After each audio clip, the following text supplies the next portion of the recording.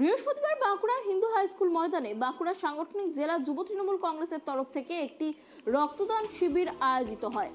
আর সেই শিবিরে উপস্থিত ছিলেন সায়নী ঘোষ, তৃণমূলের যুবনেত্রী সায়নী ঘোষ। আর সেখান থেকেই তিনি বিচারপতি অভিজিৎ গঙ্গোপাধ্যায়কে তোপ দাগেন।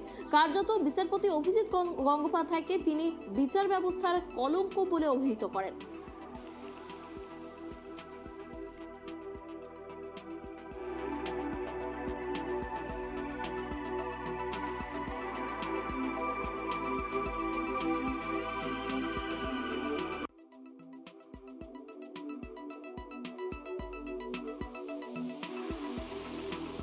খুব বড় বড় কথা বলছিলেন একজন বিচারপতির চেয়ারে বসে।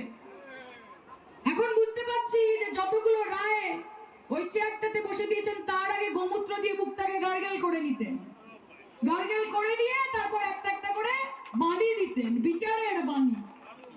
এবং তার জন্যই আজকে বিচারের বাণী নীরবে নিভৃতে কাঁদছে। ধিক্কার আছে।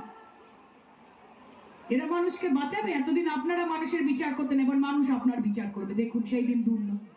মানুষ আপনার নামুন না মাঠে, আসুন খেলুন।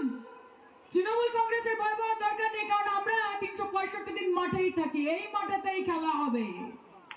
নামুন।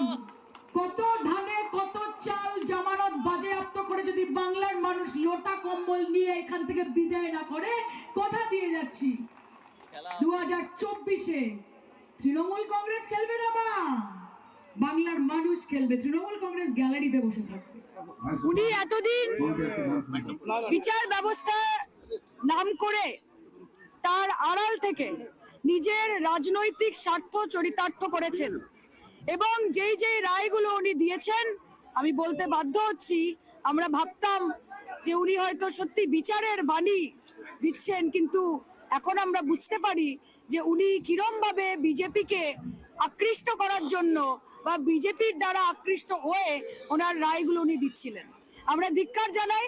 মানুষের বিচার ব্যবস্থার ওপর আস্থা উঠে গেল সম্পূর্ণভাবে।